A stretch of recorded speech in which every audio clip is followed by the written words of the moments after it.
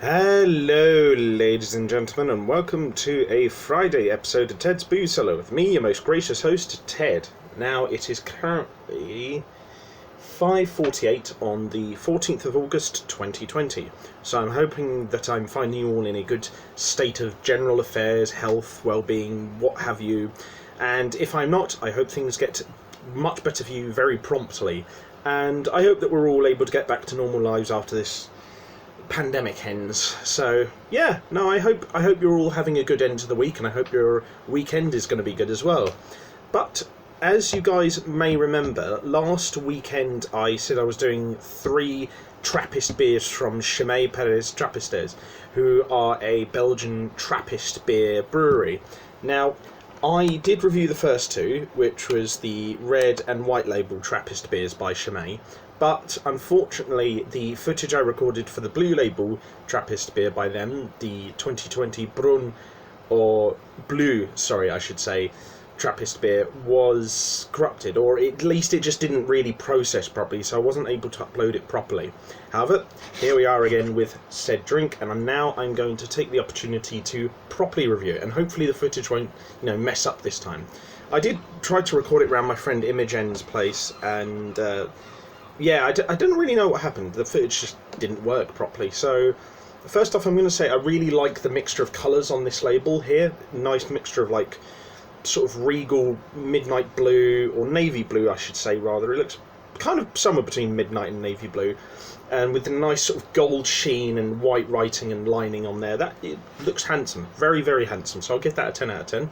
This was $4.19 from the Wine Barrel on Western Road in Hove, and it has an alcohol percentage of 9%. So this is kind of the upper echelons of like a usual sort of Trappist Belgian beer. So I'm interested to see what this is like. Now, the last 2 that I reviewed from Chimay were a bit more, lager-like. So I'm kind of theorising that's what this might be a bit like anyway. But we'll wait and see. Who knows? I mean, it's been a while since I drank this last week, so I've forgotten what the taste of it exactly was like. But first, we'll give it a quick snifter to give ourselves hopefully a good first impression.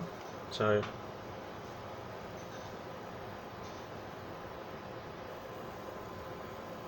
okay, so it has a bit of a perfumey hint.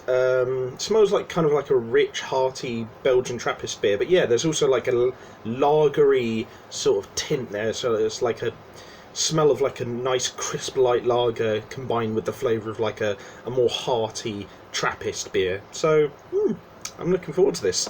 So I'll give that smell a probably I don't know, like an 8 out of 10. It smells good. It's just not like it is quite remarkable and quite noticeable what the flavour of the smell is, but I feel like it could be a bit more striking. But even still, it smells good. So quick palate cleanser of water before we taste it. And then, on to the drink of the day. So, to everyone, I hope you have a good weekend, and bottoms up.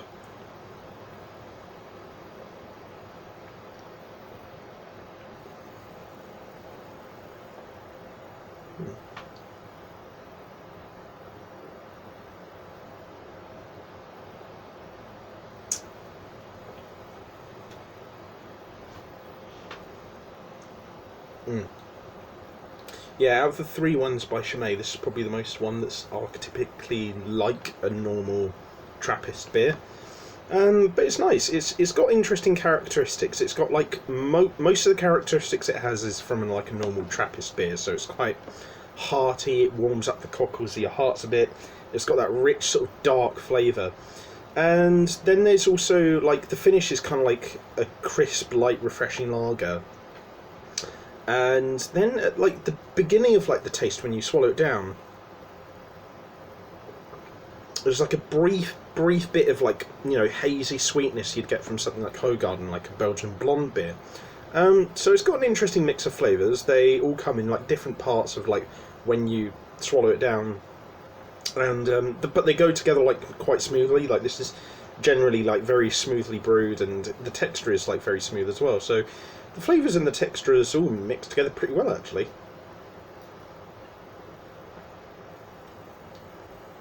I mean, that's probably the closest thing I'd compare it to, is like, it tastes like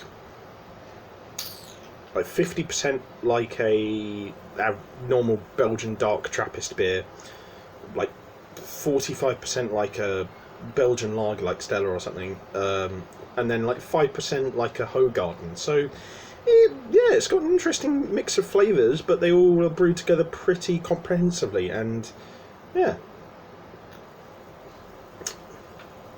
I don't know if I like this quite as much as the white label Chimay one that I reviewed last week, and I can't really exactly put my finger on why. I think it's just that I felt that that was a bit more of a comprehensive, broadly satisfying beer. But I mean, this is still pretty damn good, so I'll give this I